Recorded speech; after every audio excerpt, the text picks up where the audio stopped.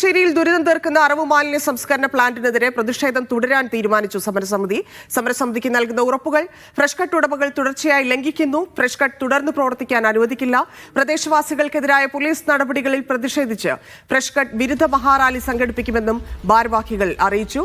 പ്ലാന്റിന് സുരക്ഷ നൽകണമെന്ന് പോലീസിനോട് ഹൈക്കോടതി നിർദ്ദേശിച്ചിരുന്നു. പ്ലാന്റ് പ്രവർത്തിക്കുമ്പോൾ പരിശോധന നടത്തണമെന്നും മലിനീകരണ നിയന്ത്രണ ബോർഡിനും കോടതി നിർദ്ദേശം നൽകി. ടി അനീസ് അലി ചേരുന്നുണ്ട്. അനീസ്, കോടതിയിൽ നിന്ന് ഈ രണ്ട് ഉത്തരവുകൾ ഇല്ലെങ്കിൽ വിധി വരുമ്പോഴാണ് വീണ്ടും വലിയ സമരത്തിലേക്ക് ഫ്രഷ് കട്ടിനെതിരെ കടക്കുന്നത്. സമരസമിതിയുടെ തീരുമാനങ്ങൾ എന്തൊക്കെയാണ്? എങ്ങനെയാണ് മഹാറാലി സംഘടിപ്പിക്കുന്നത്? വിശദാംശങ്ങൾ.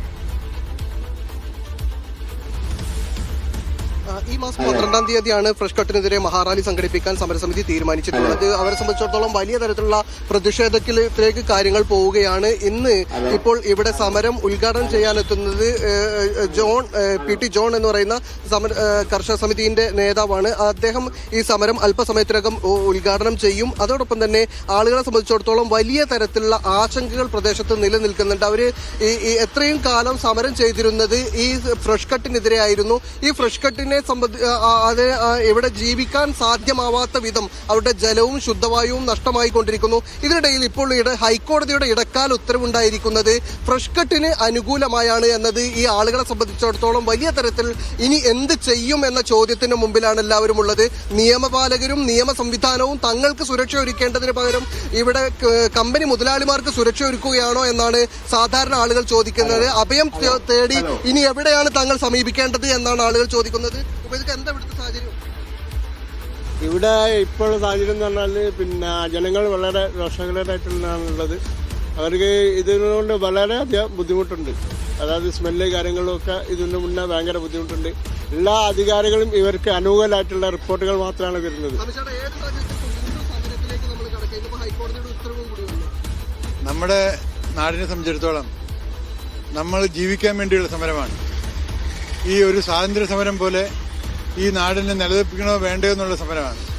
അതിൻ്റെ ഏതറ്റം വരെ പോയാലും ഞങ്ങൾക്ക് ശുദ്ധവായു ശുദ്ധജലവും ഞങ്ങളുടെ അവകാശമാണ്, ഞങ്ങളുടെ ജന്മാവകാശമാണ്. അത് നേടിയെടുക്കുന്നതിനും വരെ ഈ സമരത്തിൽ ശക്തമായി ഞങ്ങൾ ഉണ്ടാകും.